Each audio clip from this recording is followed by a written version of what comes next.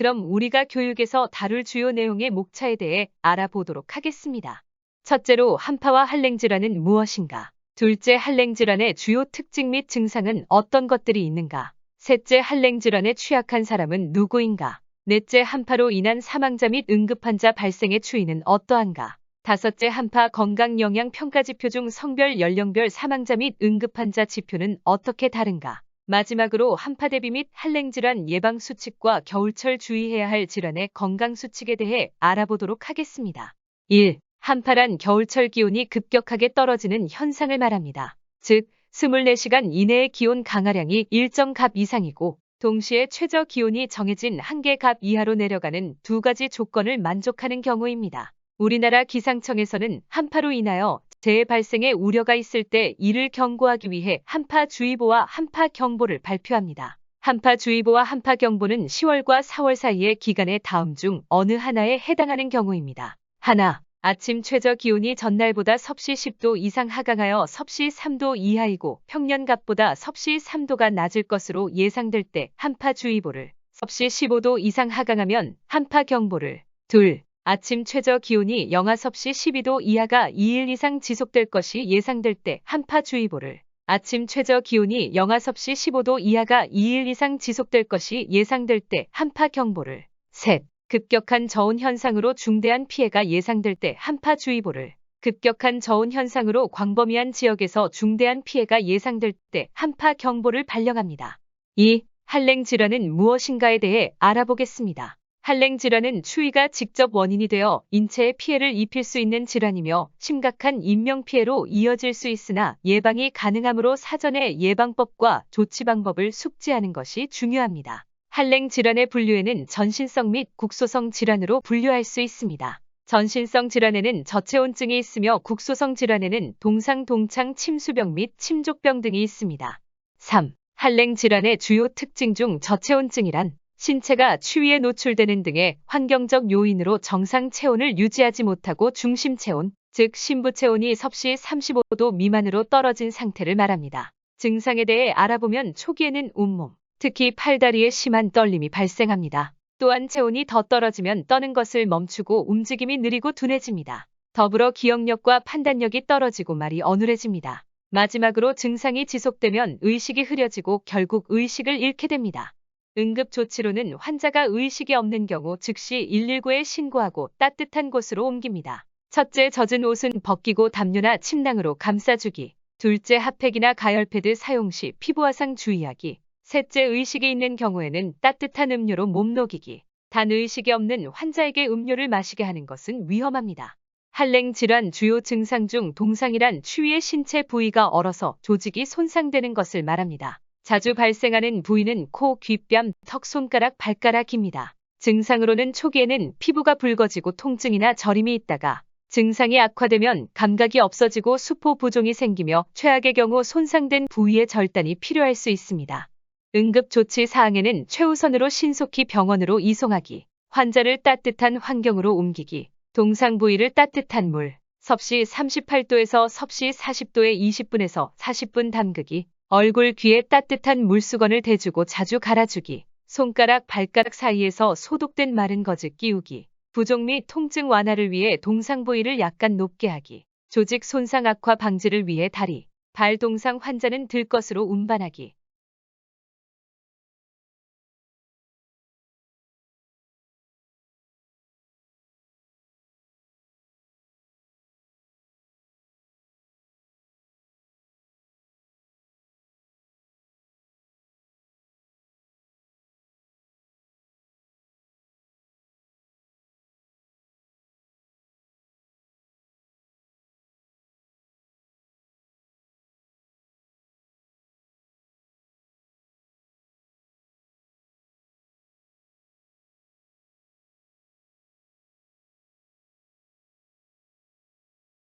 이번에는 비가 오거나 눈이 내릴 때 많이 경험하지만 용어는 익숙하지 않은 한랭질환 증상 중 침수병 및 침족병에 대해 알아보겠습니다. 침수병 및 침족병이란 섭씨 10도 이하 냉수에 손이나 발이 오래 노출되어 발생하는 피부 진무름 등의 손상입니다. 특히 축축하고 차가운 신발을 오래 신고 있을 때 많이 나타나는 증상입니다. 증상으로는 피부가 축축하고 붓고 무감각하고 차가우며 물집이 생기기도 합니다.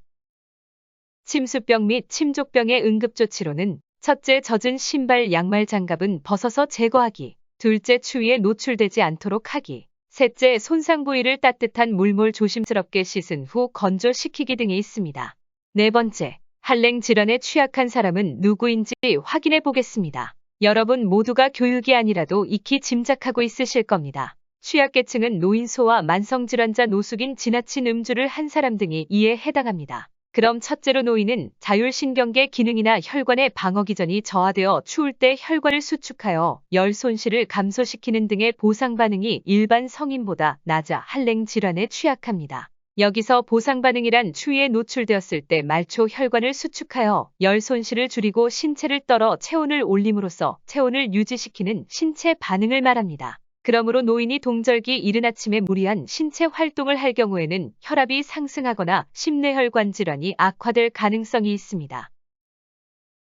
두 번째로 소화는 체표면적, 즉 신체 표면의 면적이 크고 피하 지방이 적어서 체온 유지가 어렵고 몸을 떨어서 체온을 상승시키는 보상 반응이 일반 성인보다 약해 저체온증에 걸릴 위험이 높습니다.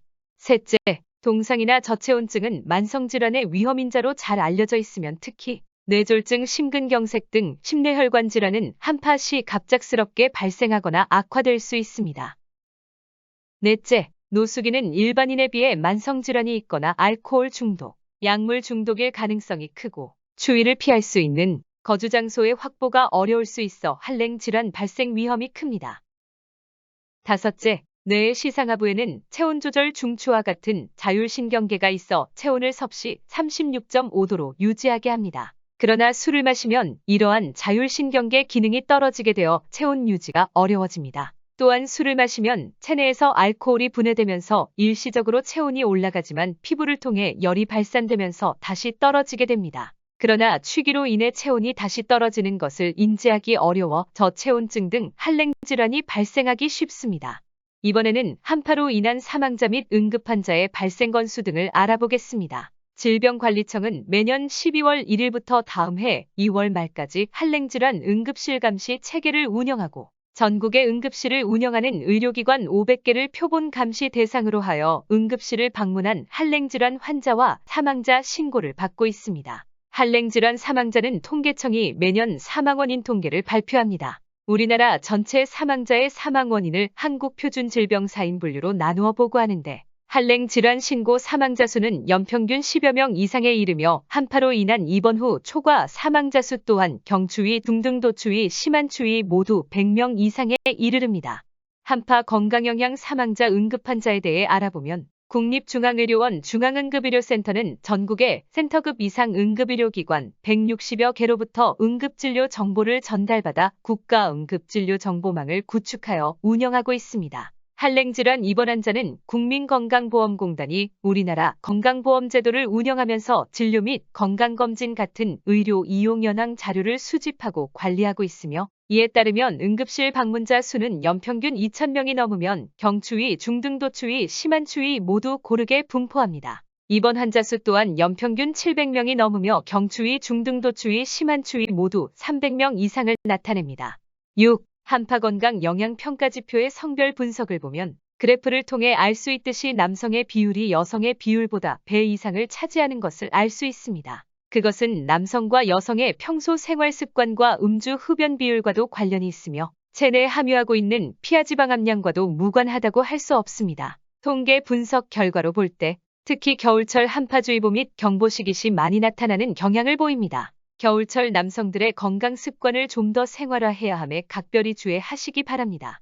한파 건강 영양 평가 지표 연령별 분석에 대해 알아보겠습니다. 소아는 통계 자료에 빠져 있음에 유의하시기 바랍니다. 연령은 65세 이상 이하 두 집단으로 분류하여 통계 자료에 반영하였습니다. 단순 비교만으로도 알 수 있듯이 65세 이상 40%이며 65세 이하 60%로 나타났습니다. 이건 고령자가 65세 이하보다 환자 발생률이 적은 것이 아니라 인구 분포에 따른 것이며 실제 인구 대비 환자 발생 분포는 고령 인구가 배 이상으로 나타납니다. 특히 고령자는 신체 기능의 저하가 주요인으로 작용하며 그에 상응하여 따르는 물리적 충격으로 인해 더 큰 피해 및 중상 이상의 사고로 이어지기 때문에 특히 더 유의하셔야 하겠습니다.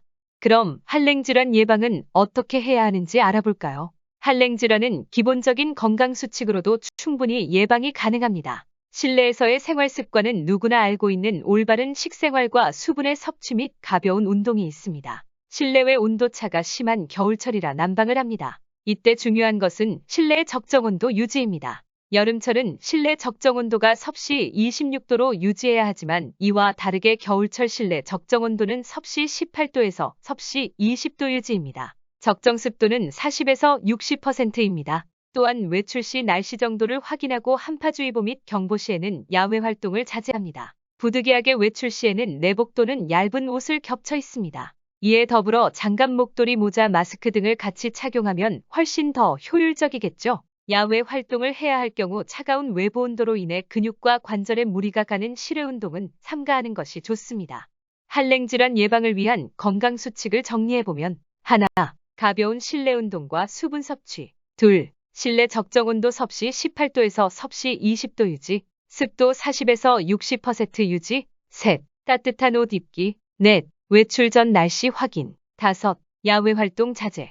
이번에는 앞서 언급한 따뜻한 옷 입기에 대해 좀 더 자세히 알아보겠습니다. 두꺼운 겉옷을 많이 입는 것보다 얇은 옷을 여러 겹 입는 것이 더 도움이 됩니다. 내복은 입는 것만으로도 약 섭씨 2.4도의 보온 효과가 발생합니다. 바지는 불편하더라도 부득이하게 야외 활동을 많이 해야 할 경우 밑단으로 갈수록 통이 좁아지는 것을 선택하여 외출하는 것이 좋습니다. 그러지 못할 경우 내복이나 타이즈를 착용하면 보온성을 높일 수 있습니다. 회사 생활을 하는 남성의 경우 정장을 꼭 입어야 할 때에는 두께가 있는 양말이나 목이 긴 것을 신을 것을 추천합니다. 정장을 입고 야외 활동을 할 시에는 불편하더라도 더신을 활용하거나 부츠 등 두꺼운 신발을 착용해 보는 것도 좋습니다. 또한 실내에서는 잦은 문열림이나 난방의 취약 부분에서 오는 추위 예방으로 조끼 가디건을 입으면 효과가 좋습니다. 재킷이나 점퍼는 가볍고 조금 큰 것을 입으며 안에 얇은 옷을 겹쳐 입을 것을 추천합니다. 외출 시 모자, 목도리, 마스크를 적극 활용하고 장갑은 꼭 착용하도록 합니다. 지금까지 실내와 외출 시 복장에 대해 알아보았다면 이번은 저온 환경 즉 실외에서 일을 해야 한다면 어떠한 방한장구를 착용하는지에 대해 알아보겠습니다. 앞서 언급했지만 옷을 여러 겹 입고 특히 저온 환경에서 일을 할 경우 3겹 이상 입을 것을 권장합니다. 안층은 땀을 제거하기 용이한 재질의 옷을, 중간층은 젖더라도 보온성을 갖춘 재질의 옷을, 바깥층은 바람이나 물기를 차단할 수 있고 통기성을 갖춘 재질의 옷이 좋습니다. 모자와 두건은 반드시 착용하길 권장합니다. 우리 신체의 열 50%가 머리를 통해 손실되기 때문입니다. 또한 중요한 것이 보온장갑의 착용입니다. 장갑은 물에 젖기 쉬운 작업을 하는 경우에는 방수 기능이 추가된 장갑을 착용하고 영하 섭씨 7도 이하에서는 맨손으로 금속 표면 등 열 전도율이 좋은 재질의 제품을 잡지 않도록 주의하시기 바랍니다. 더불어 신발은 보온과 방수 기능이 있는 것을 착용하고 물 또는 땀에 젖을 수 있음을 고려하여 가능하다면 여분을 준비하는 것을 권해드립니다. 저온 환경에서 일해야 할 경우 기본 수칙 두 번째는 다음과 같습니다. 온수기, 보온병 등을 활용해 작업자가 수시로 따뜻하고 깨끗한 물을 마실 수 있도록 해야 합니다. 또한 가급적 작업 장소와 가까운 곳에 따뜻한 휴게실을 마련해야 합니다. 이때 히터 등 난방장치는 화재나 유해가스 중독 등의 우려가 없도록 설치하여야 합니다. 저온 환경에서 일해야 할 때의 예방조치로는 작업 시 동료 작업자 간 상호 관찰이 필요합니다. 동료 작업자의 한파로 인한 초기 징후 즉 오한 등을 수시로 모니터링하고 조치할 수 있도록 합니다. 이를 예방하기 위해서는 원활한 혈액순환과 체온 유지를 위해 손발을 자주 마사지하고 수시로 스트레칭을 실시합니다. 그에 앞서 관리감독자 및 동료들은 민감군에 대한 사전 확인 및 수시 관찰이 필요합니다. 민감군이란 고혈압, 당뇨, 뇌심혈관 질환, 허약체질 고령자 더불어 신규 배치자도 이에 포함됩니다. 온도가 급격히 내려가는 겨울철에 주의해야 할 질환은 어떠한 것이 있는지, 그에 더해 어떠 재해 발생에 특히 주의해야 하는지 알아보겠습니다. 겨울철에는 혈관이 수축되고 혈압이 상승하기 때문에 심내혈관 질환 중 심근경색과 뇌졸중이 많이 발생합니다. 두 질환 모두 혈관과 혈액에 의한 질환임이 중요합니다. 또한 건조하고 찬 공기로 인해 호흡기 질환이 많이 발생합니다. 특히 인플루엔자 바이러스로 인한 독감 환자가 크게 증가하며 이외에도 차고 건조한 공기는 기관지를 수축하게 하여 천식 폐렴, 만성 폐쇄성 폐질환 등의 호흡기 관련 질환자의 증상이 악화됩니다. 마지막으로 기온이 내려가면 관절 주변의 인대와 힘줄들이 뻣뻣해져 작은 충격에도 쉽게 손상받아 낙상사고가 증가합니다. 근육과 뼈의 기능이 약한 노약자는 중상으로 이어질 수 있으므로 특히 조심해야 합니다.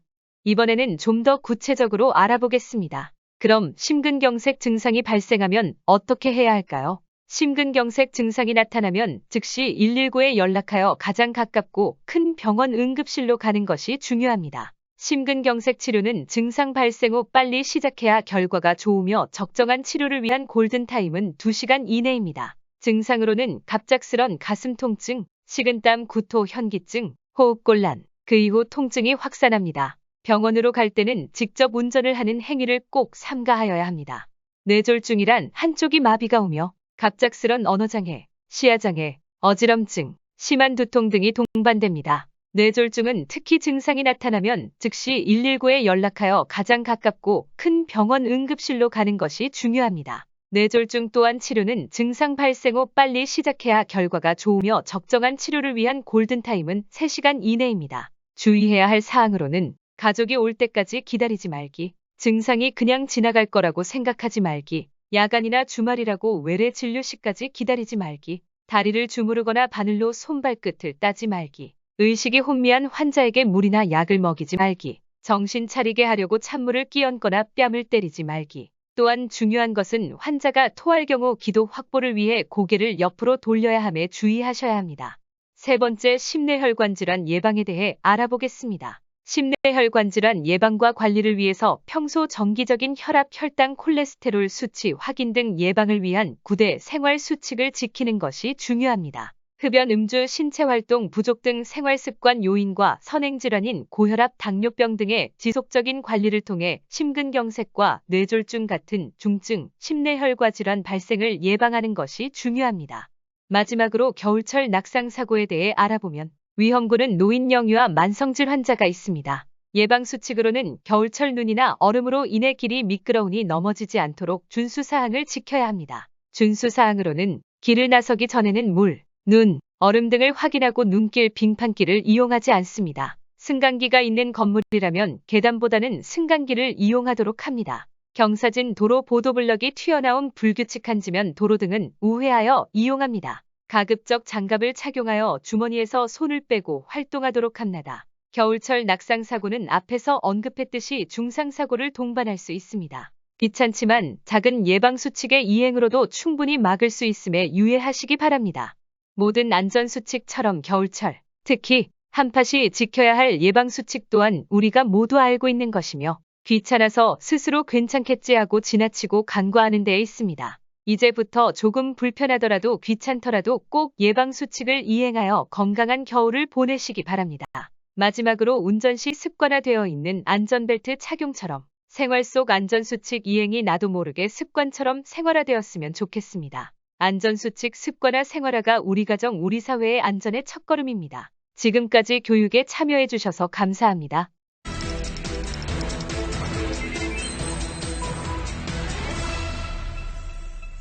네, 건강톡톡 시간입니다. 오늘 기온이 크게 떨어지고 강한 바람까지 불면서 전국적인 한파가 찾아왔습니다. 이 건강관리에도 비상등이 켜졌는데요. 네, 특히 겨울 초입에는 신체가 추위에 덜 적응돼서 약한 추위에도 한랭 질환 위험이 큰데 오늘 박광식 의학 전문 기자와 함께 한파 속 건강 지키는 방법 알아보겠습니다. 네, 먼저 한파특보 어떻게 내려지는지 뭐가 기준인가요? 네, 강추위하고 한파하고 잘 모르는 분들도 많을 텐데요. 네. 한파특보, 이거 명확한 기준이 있습니다. 먼저 한파주의보는요, 아침 최저기온이 전날보다 10도 이상 떨어져 평년보다 기온이 낮을 것으로 예상되거나요, 아침 최저기온이 영하 12도 이하로 이틀 이상 지속할 거라 예상될 때입니다. 한파경보는요, 더 센 거죠. 전날보다 15도 이상 떨어지거나 아침 최저기온이 영하 15도로 지속하는 경우입니다. 결국 특보를 발효가 되면요, 중대한 피해가 예상되기 때문에 대비하라는 게 핵심입니다. 네. 그래요. 그러면 이제 한파가 찾아오면 건강에 직접적으로 어떤 영향을 미치게 되나요? 네, 그래서 이 추위가 직접 인체에 피해를 주는 것을 갖다가 한랭질환이라고 하는데요. 저체온증과 동상이 대표적입니다. 지난 5년간 한랭질환 통계를 보면요. 한파가 시작되는 12월 중순부터 1월 하순까지 전체 환자의 68%가 발생했습니다. 또 한랭질 환자의 65%가 50대 이상으로 고령일수록 저체온증이 많았습니다.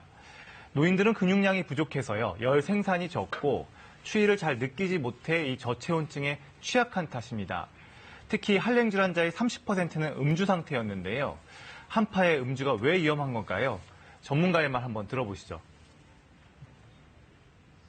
음주 후에는 몸이 이제 술의 영향으로 혈관이 확장되기 때문에 체온이 올라갑니다. 그래서 음주하신 분들이 덥다고 느껴지기 때문에 밖에 나갔을 때 상당히 낮은 기온임에도 불구하고서 추위를 잘 못 느끼게 되어서 밖에 오랜 시간 노출되는 상태가 됨으로 인해서 저체온증에 쉽게 빠질 수 있는 그런 상태.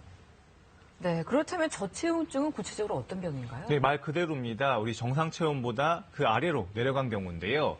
의학적으로 저체온증은 이 신부 체온이 35도 미만으로 내려간 상태입니다.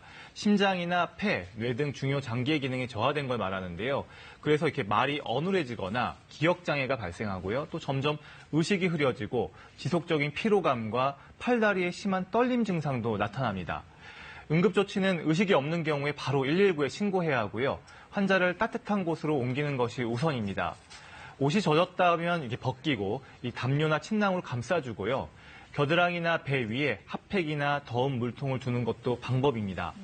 의식이 있다면 따뜻한 음료가 도움이 될 수는 있지만 의식이 없다면 억지로 먹이는 건 피하는 게 좋습니다. 한랭질환 중에 또 동상도 빼놓을 수가 없는데 동상은 어떻습니까? 네, 동상도 화상이랑 비슷합니다. 심하면 절단까지 해야 하는데요. 동상은 의학적으로 이 혹한에 의해 인체 조직이 얼어서 손상되는 것을 말합니다. 뭐 코나 귀 그리고 뭐 손가락, 발가락 등 노출 부위에 잘 발생합니다. 화상처럼 동상도 1도부터 4도까지 있는데요. 1도는 찌르는 듯한 통증과 가려움, 2도는 피부가 검붉어지고 물집이 생깁니다. 3도부터 피부가 썩고 이 감각이 소실되고요. 4도는 더 안쪽의 근육과 뼈까지 썩는 걸 이야기합니다. 응급조치는 병원을 방문해 진료받는 게 우선이지만 바로 갈 수 없는 상황이라면 동상 부위를 한 따뜻한 물에 30분 정도 담급니다. 얼굴이나 귀는 이 따뜻한 물수건을 대주고요. 자주 갈아주는 게 중요합니다. 손과 발의 경우 손가락과 발가락 사이에 이 소독된 마른 거즈를 끼워서 습기를 제거하고 서로 달라붙지 않게 합니다. 그리고 부종이나 통증을 줄이기 위해 동상 부위를 약간 높게 해주는 게 좋습니다. 또 다리나 발 쪽의 동상 환자는요, 들것으로 이동해야 하고 동상이 녹은 뒤에도 바로 걷는 건 피해야 합니다. 네, 오늘부터 주말까지는 계속 추운데 이 한랭 질환을 예방하려면 어떻게 해야 될까요? 예, 한랭 질환 심각한 피해도 있지만 예방이 있습니다. 예방 수칙을 지키면 되는데요. 겨울철 한파특보 같은 기상 예보를 수시로 확인하는 게 첫 번째입니다. 그리고 내복이나 장갑, 또 목도리, 모자 등으로 따뜻하게 옷을 입는 게 중요합니다. 특히 고령자와 어린이는 성인에 비해 체온 유지가 취약하기 때문에 한파 시에 실외 활동을 자제하고 보온에 신경 써야 합니다.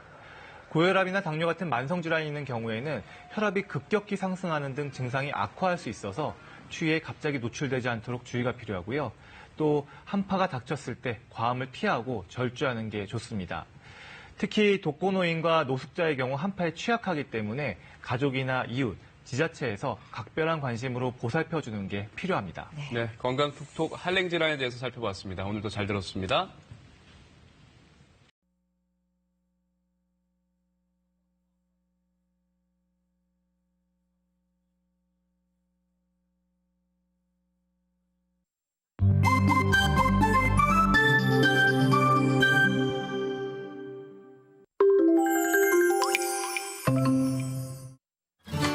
안녕하세요. 건강지킴이 닥터 MBC 목서윤입니다. 안녕하세요. 김차동입니다. 질환에 관한 다양한 궁금증 여러분의 입장에서 오늘도 꼼꼼하게 짚어드리겠습니다.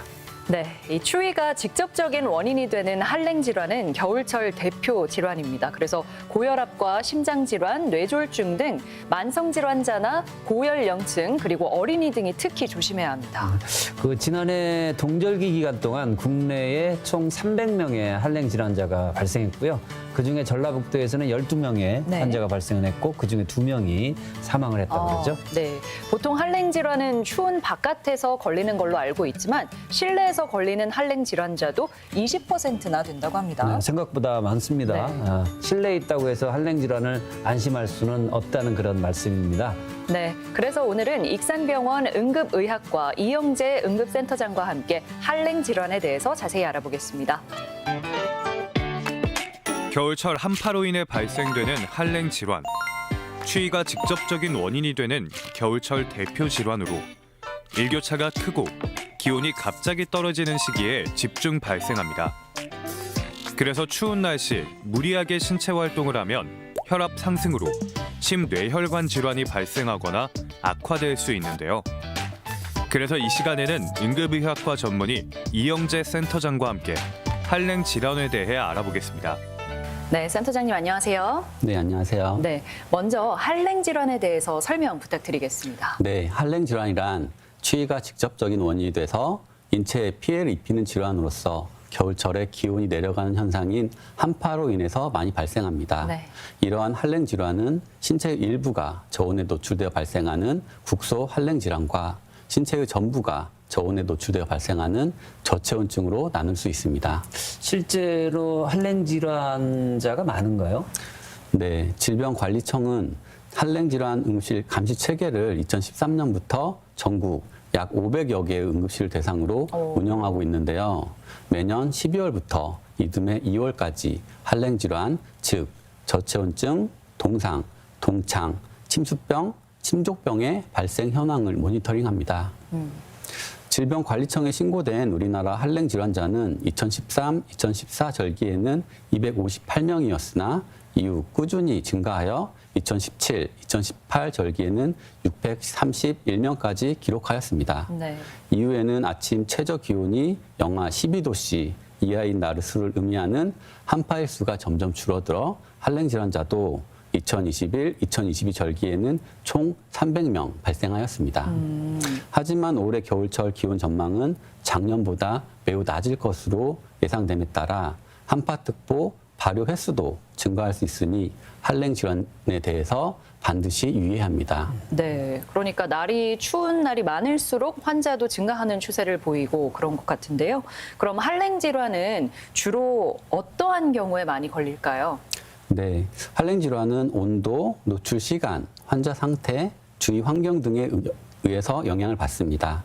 즉 온도가 더욱 낮고 노출 시간이 길거나 환자가 개방성 창상 또는 말초 혈관 질환, 당뇨 등의 기저질환이 있으면 할랭 손상은 더욱더 심해질 수 있습니다.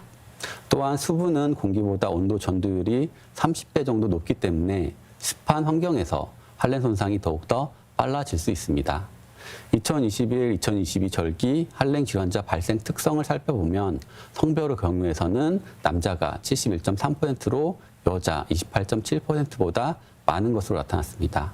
연령별로 살펴보면 80대 이상 고령층에서 23.7%로 가장 많았고 네. 65세 이상 노년층이 전체의 무려 47%를 차지하였습니다. 반이네요. 네.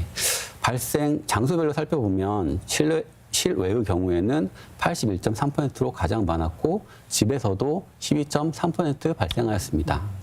발생 시간별로 보면 오전 6시에서 9시 시간대에 23.3%로 가장 높은 비율을 보였습니다.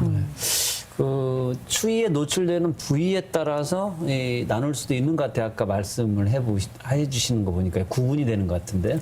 네, 그렇습니다. 그 할랭 질환은 추위에 노출되는 신체 부위에 따라서 국소성과 전신성으로 나눌 수 있습니다.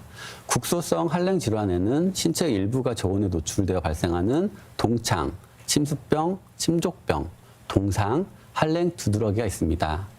그리고 전신성 할랭 질환에는 신체의 전부가 저온에 노출되어 발생하는 질환인 저체온증이 있습니다.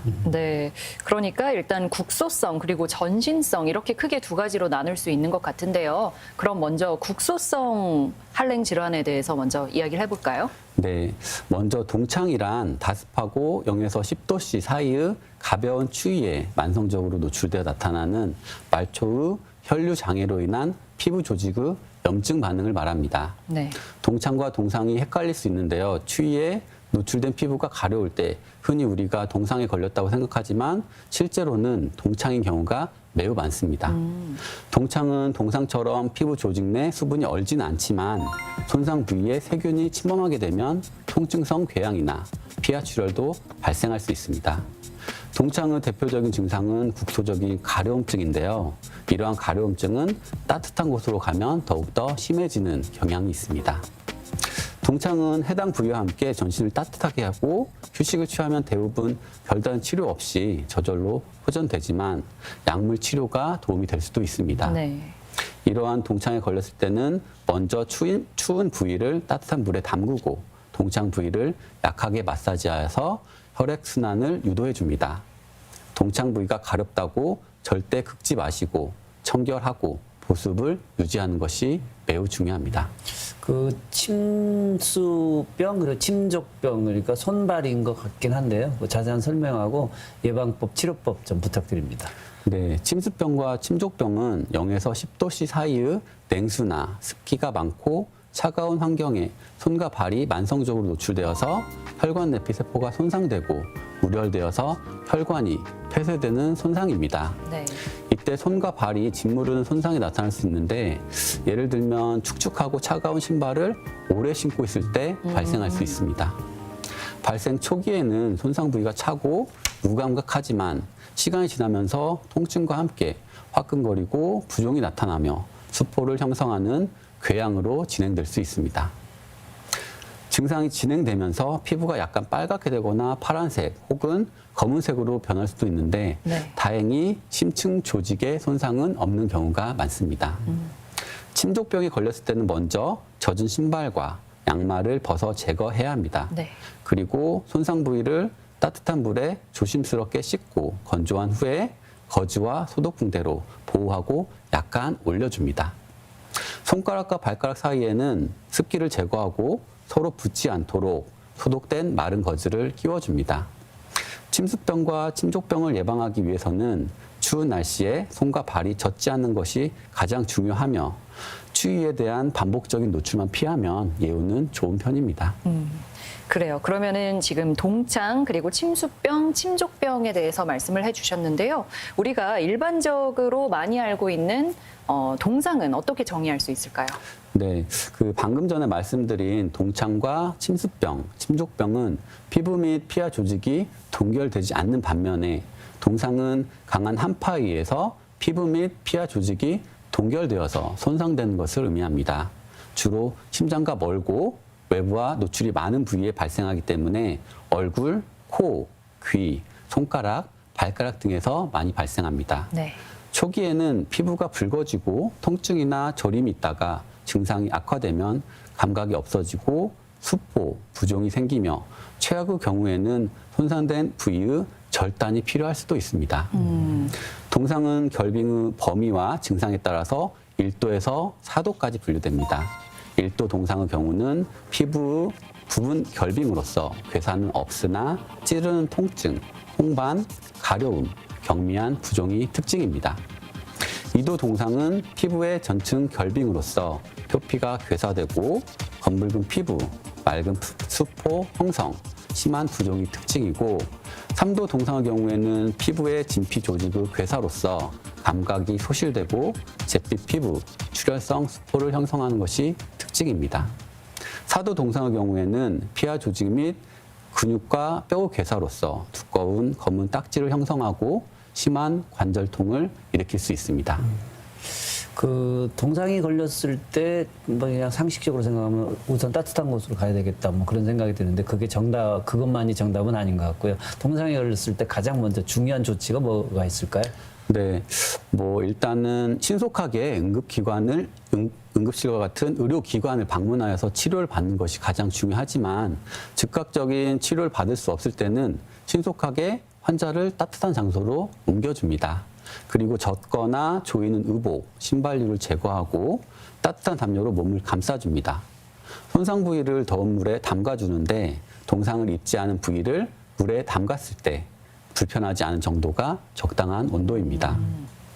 피부색이 정상으로 돌아오게 되면 소독 거즈와 붕대로 느슨하게 감싸주고 코, 귀를 포함한 얼굴은 따뜻한 물수건을 대고 자주 갈아주며 동상 부위는 통증과 부종을 줄이기 위해서 심장보다 약간 높게 유지합니다.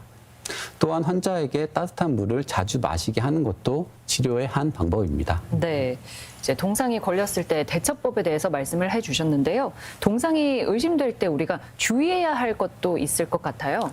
네, 그 다리나 발이 동상의 징후를 보일 때는 걷지 말아야 합니다. 동상이 걸린 상태로 걷게 되면 조직 손상이 악화되기 때문에 치료를 마칠 때까지는 가급적으로 걷지 않습니다. 현장이 다시 추워질 수 있는 상황에서는 따뜻한 물에 담그는 응급처치는 하면 안 됩니다. 피부 조직의 제동결이 발생하게 되면 더욱더 심각한 손상을 일으킬 수 있기 때문입니다.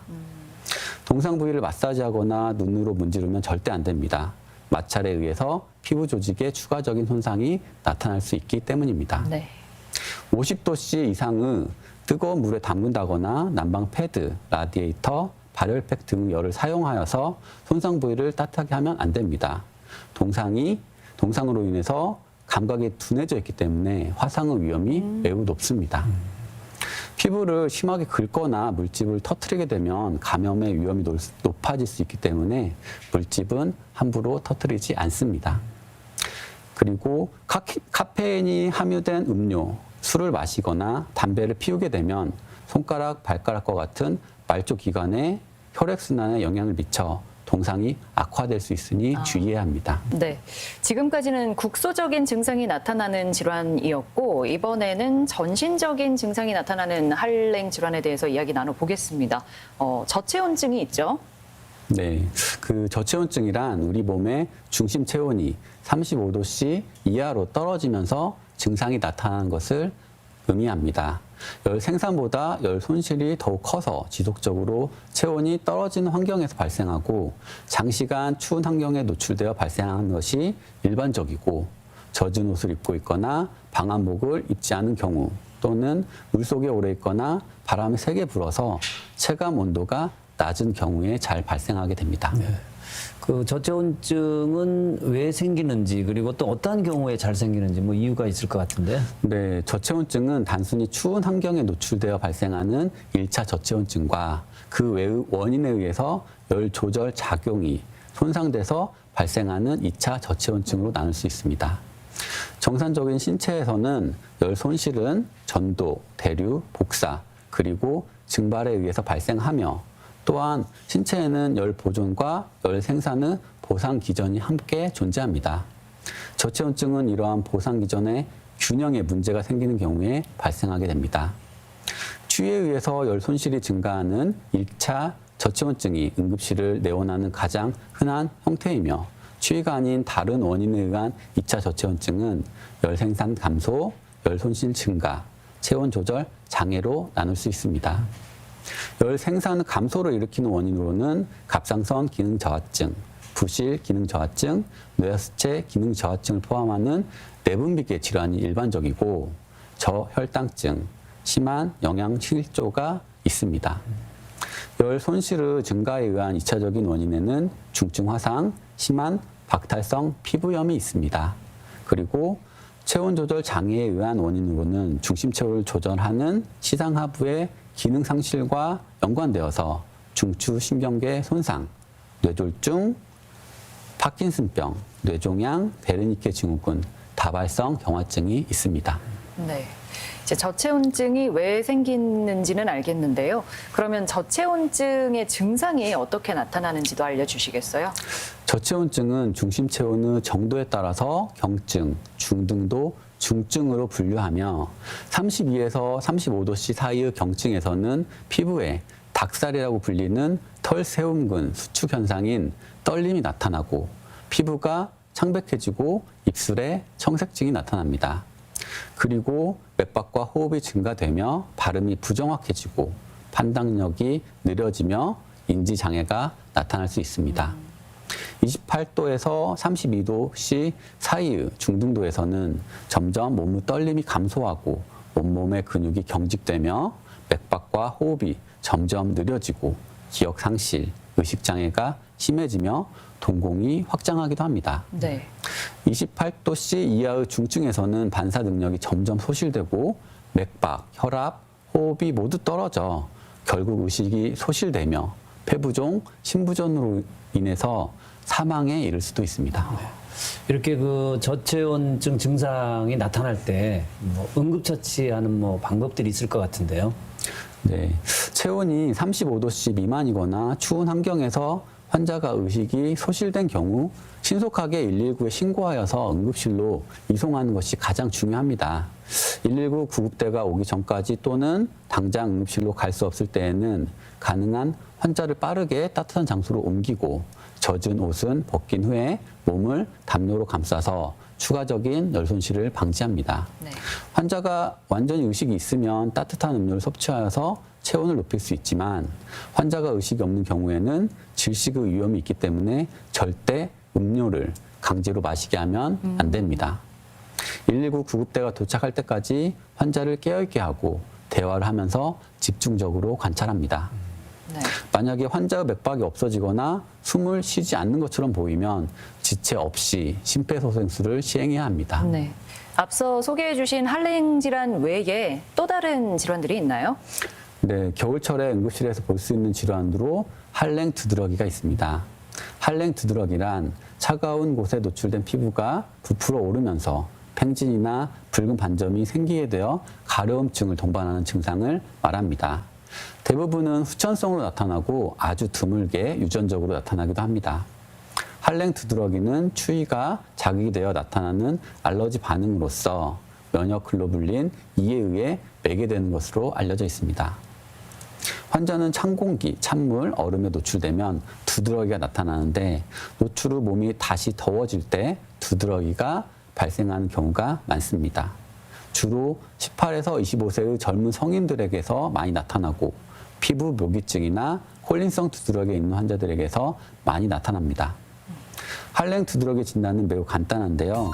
얼음 조각을 팔에 5분간 올려놨다가 내려놓은 뒤 피부가 다시 따뜻해지는 과정에서 10분 내로 피부가 국소적으로 부풀어 오르는 팽진이 나타나는지 관찰하면 됩니다. 네. 말씀하신 할랭 두드러기하고 콜린성 두드러기 차이가 있을까요? 네, 콜린성 두드러기는 과도한 운동, 정신적 스트레스, 뜨거운 목욕 등으로 중심 체온이 1도씨 정도 상승하면 발생합니다.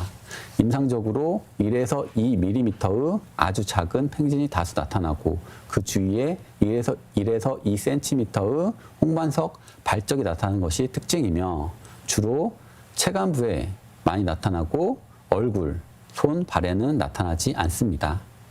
가려운 증상보다는 피부가 따갑다고 호소하는 사람이 많고 전신적으로는 발한, 복통, 현기증이 동반될 수 있습니다. 환자를 땀이 나도록 운동시키거나 43도씨 정도의 뜨거운 물로 목욕을 20에서 30분 정도 계속하면 전형적인 콜린성 두드러기가 유발됩니다. 콜린성 두드러기는 이렇게 체간부에 나타나는 반면에 할랭 두드러기는 한파 노출 부위인 얼굴, 손과 발에 나타나는 차이점이 있습니다. 네. 그런데 두드러기가 심해지면 쇼크에 빠질 수도 있잖아요. 이럴 때 나타나는 증상과 치료법을 알면 좋을 것 같습니다. 네, 맞습니다. 일부 환자들은 호흡이 곤란해지고 맥박이 빨라지며 두통, 복통이 생기거나 심한 경우에는 저혈압 쇼크에 빠져서 사망에 이를 수도 있습니다. 따라서 갑자기 찬물에 뛰어들거나 아이스버킷 챌린지처럼 찬물을 뒤집어 쓰는 상황에서 전신이 할랭에 노출되는 것은 매우 위험하기 때문에 주의해야 합니다. 할랭 두드러기와 콜린성 두드러기 치료는 모두 항히스타민제로 진행되지만 환자에 따라 약의 종류, 용량을 조절하거나 다른 약과 병합 치료를 해야 할 수 있습니다. 증상이 심하거나 오래 지속되고 혈관 부종이 심한 경우에는 부신피질 호르몬제를 추가로 처방하며 아나필락시스 증상이 나타난 경우에는 응급실에서 에피네핀으로 치료를 해야 합니다. 그 모든 질환이 마찬가지겠지만 할랭 질환도 생활 속에 있는 질환이기 때문에 뭐 미리 좀 예방할 수 있는 방법을 알아두면 좋을 것 같습니다. 네, 생활 습관으로 가벼운 실내 운동을 하고 적절한 수분 섭취를 하며 고른 영양분을 섭취해 주어야 합니다. 실내 환경은 적정 온도 18에서 20도씨를 유지하고 적정 습도 40에서 60%를 유지해 줍니다. 외출 전에는 날씨 정보, 체감 온도를 확인하고 추운 날씨에는 되도록 야외 활동을 하지 않습니다. 네. 그리고 외출 시에는 내복이나 얇은 옷을 겹쳐 입고 장갑, 목도리, 모자, 마스크를 착용하며 무리한 운동은 절대 하지 않습니다. 네. 마지막으로 당부하고 싶은 말씀이 있으실까요? 한랭 질환은 대처가 미흡하고 그러면 큰 인명 피해로 연결될 수 있지만 사전에 적절한 예방 조치를 하면 질환의 발생 자체를 막을 수 있습니다. 따라서 기상 예보에 주의를 기울이고 외출 시에는 반드시 체감 온도를 확인하고 그에 맞는 적절한 옷차림을 준비해야 합니다. 야외에서 작업을 할 때는 반드시 장갑을 착용하여 동상을 예방하고 항상 보온병을 준비하여 수시로 따뜻한 물을 자주 마시면서 저체온증을 예방해야 합니다. 네. 또한 한파에 취약한 노인, 소아, 만성 질환자들은 추운 날씨에는 되도록 외출은 삼가하고 실내에서 적절하게 휴식을 취해줘야 합니다. 요즘 날씨가 점점 추워지고 있는데요. 추운 날씨에도 모두들 건강에 유의하시기 바라겠습니다. 감사합니다. 네. 오늘 이 시간에는 응급의학과 이영재 응급센터장과 함께 한랭 질환에 대해서 이야기 나눠봤습니다. 네, 센터장님 고맙습니다. 감사합니다.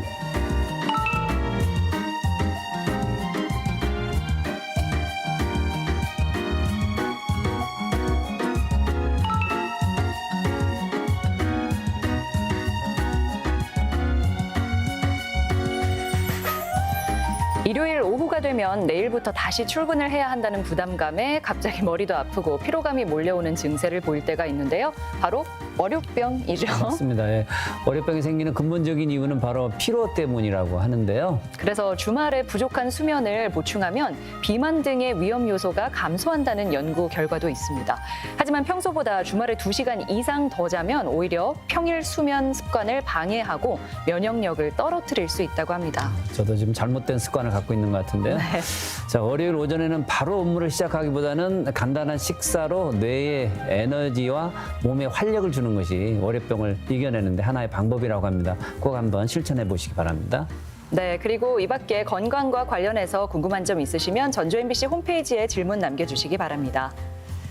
오늘 알아본 한랭 질환에 대해서 더 알고 싶거나 다른 질환에 대해서 궁금한 점들 남겨주시면 됩니다. 닥터 MBC가 여러분의 궁금증 풀어드리겠습니다. 저희가 준비한 소식은 여기까지입니다. 다음 주 이 시간에 다시 찾아뵙겠습니다. 고맙습니다. 긴 시간 교육에 참여해 주셔서 감사합니다.